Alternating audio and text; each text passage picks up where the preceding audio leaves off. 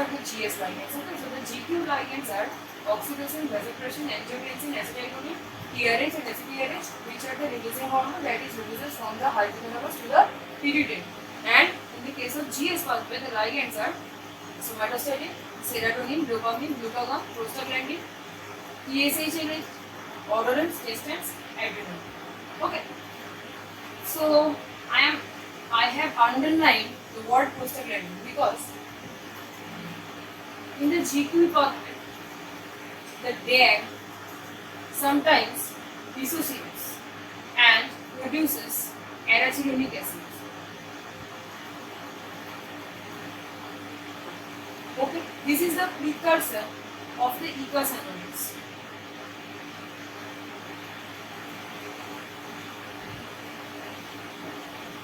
Okay, and from this arachidonic acid, prostaglandin, prostacyclin, leukotrienes, okay, these are actually formed. So this prostaglandin mainly acts through the GS pathway, and it is basically helps in the inflammatory reactions of inflammatory pathway, which is the pain sensations. Okay, so this is the thing, and we have mentioned the odorant, taste sensor, but also we know that the vision is also mediated through the GPCR, but there are no photonal light ligands for the GQ and GS because the GPCR pathway for the vision is slightly different.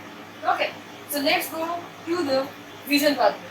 Rod cells, the GPCRs are also present mainly in the outer domain. Okay, in the outer domain of the rod cells, there are different types of cation channels are present, and also some discs are present which is not connected to the plasma membrane. Okay, and that portion is light sensitive. After that, the inner segment, there is the plasma membrane. After that, the axons and the neurons are actually present, and after that, the synapse is present. So this is the basic structure of the rod cells. We can see the structure from the book. So it will be helpful to understand this concept. So in the case of GPCR that is present in the rod cell, the G protein is termed as transduction, the receptor termed as rhodopsin, and in the rhodopsin there is a chromophore which is covalently bind with the rhodopsin receptor is known as 11-cis-retinal. Okay, so when the photons or light is encountered with the receptor, the chromophore 11-cis-retinal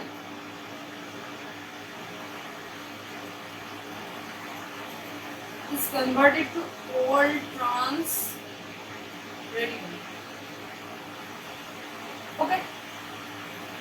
After that, the transducing G protein will be activated by its own nature. We have already discussed it. After that, it will activate CGMP phosphodiesterase. This is phosphodiesterase. It will break the CGMP that is present in the cytosol into 5' GMP.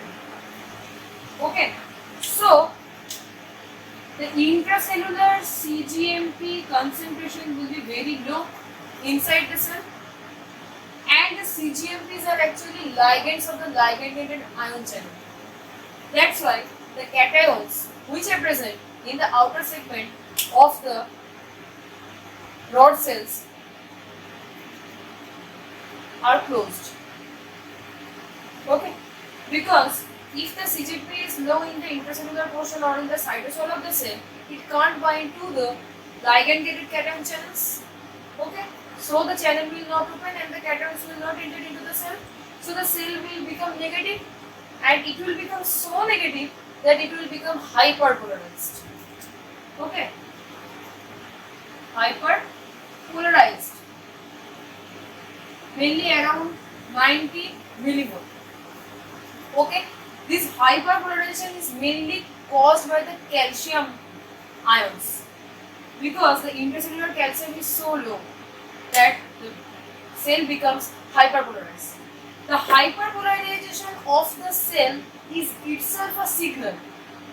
Okay, and it will. So this was the excitation phase. Okay, when the light has encountered to the cell, and this is the phenomenon which is happened in the excitation phase. So after the cell become hyperpolarized,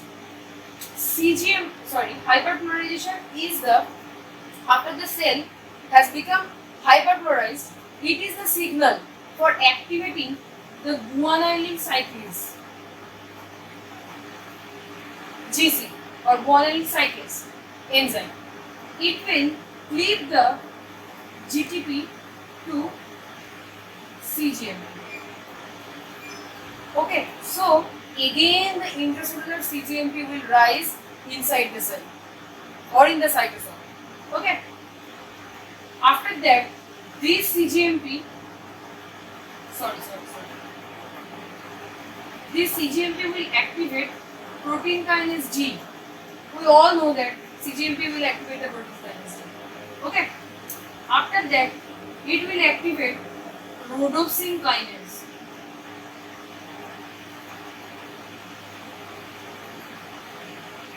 Okay, it will activate the rhodopsin kinase. Rhodopsin kinase will, it is a serine threonine kinase. Okay, and it will phosphorylate the rhodopsin receptor in different serine residues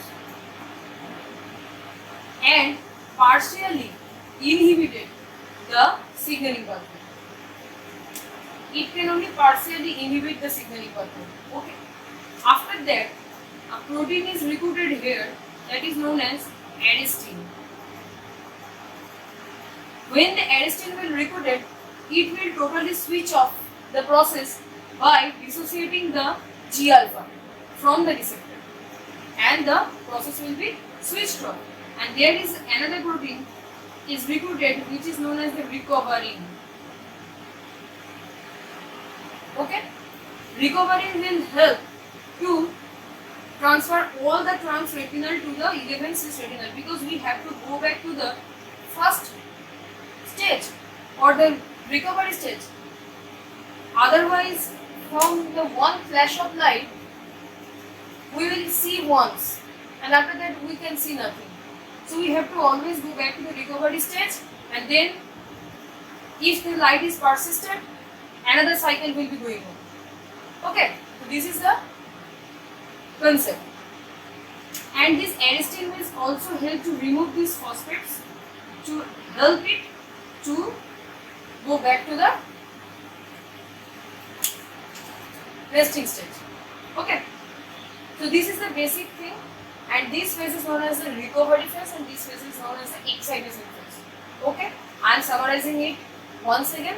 When the photons of the light encountered with the receptor, all the 11-cis retinal will transfer to the all transretinal, and the transduction will be activated by the normal method of the G protein activation, and after that it will activate the CGMP phosphodiesterase, which will cleave the cyclic structure of the CGMP to the 5' GMP. So the intracellular CGMP will be very, concentration will be very low. So the cation channels, which is the CGMP gated or ligand gated cation channels, will be closed. So the cations can enter into the cell, and the cell will be hyperpolarized, because in the cell it will become more negative.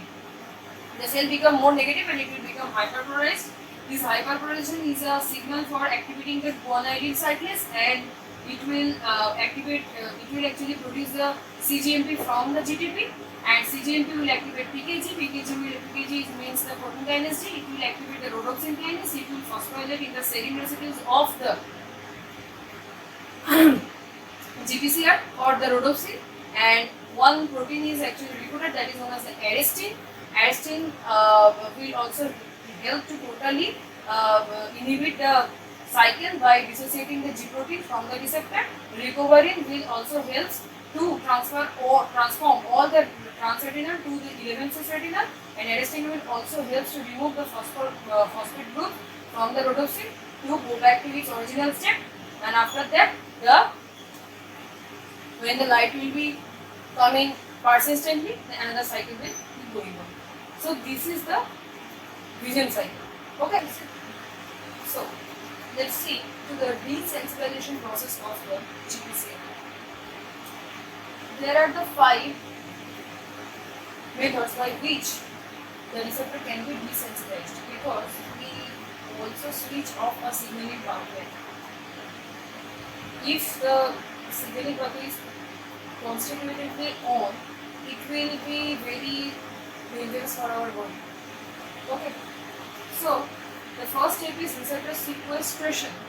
That means the receptor, which is the GPCR, is temporarily internalized inside the cell. So the ligand can find the receptor and it can't bind to the receptor. So the signal will be off. Second is receptor degradation. Okay, the receptor can be endocytosized by the clathrin-coated vesicles. Okay. And then the receptors can be degraded by the lysosomes that is present inside the cell. Okay, so the ligand also can find the receptor and the signaling pathway will be switched off. Number 3 is the receptor alteration, which is also known as the inactivation. That means there will be some alteration process in the receptor. That's why the conformation of the receptor is changed. So the ligand can't bind to the ligand binding domain of the receptor because the conformation is changed and the ligand can't sense to the receptor. Okay. And the fourth step is activating the GRT. The activated GPCR can activate the GRT. So the GRT can bind only the activated GPCR. As the activated GPCR can activate the GRT. GRT means the GPCR kinase. In the case of vision pathway, we have seen that the rhodopsin kinase will phosphorylate the serine residues of the rhodopsin receptor. And after that, some other proteins are recruited and the receptor will be going back to the recovery phase. Okay. So this is also a mechanism of desensitization of inhibiting the signal. And the fifth point is inhibiting the second messenger or inhibiting the G protein. And we have seen already that the phosphodiesterase can break the CAM or cyclic structure of the AMP to the 5' AMP. Okay, so these will switch off or inhibit the signal pathway. And also, if the activated G protein activates its own intrinsic GTPase activity, so the GTP will be hydrolyzed, the GTP will release one inorganic phosphate and the G protein will bound to the GTP, so it is a switch off state of the G protein. And after that it will bind to the beta gamma subunit and the signal pathway will be switched on. I hope you like this video, and if you like this video, please like, share and subscribe. And if you have any query, you can comment here. Okay, bye.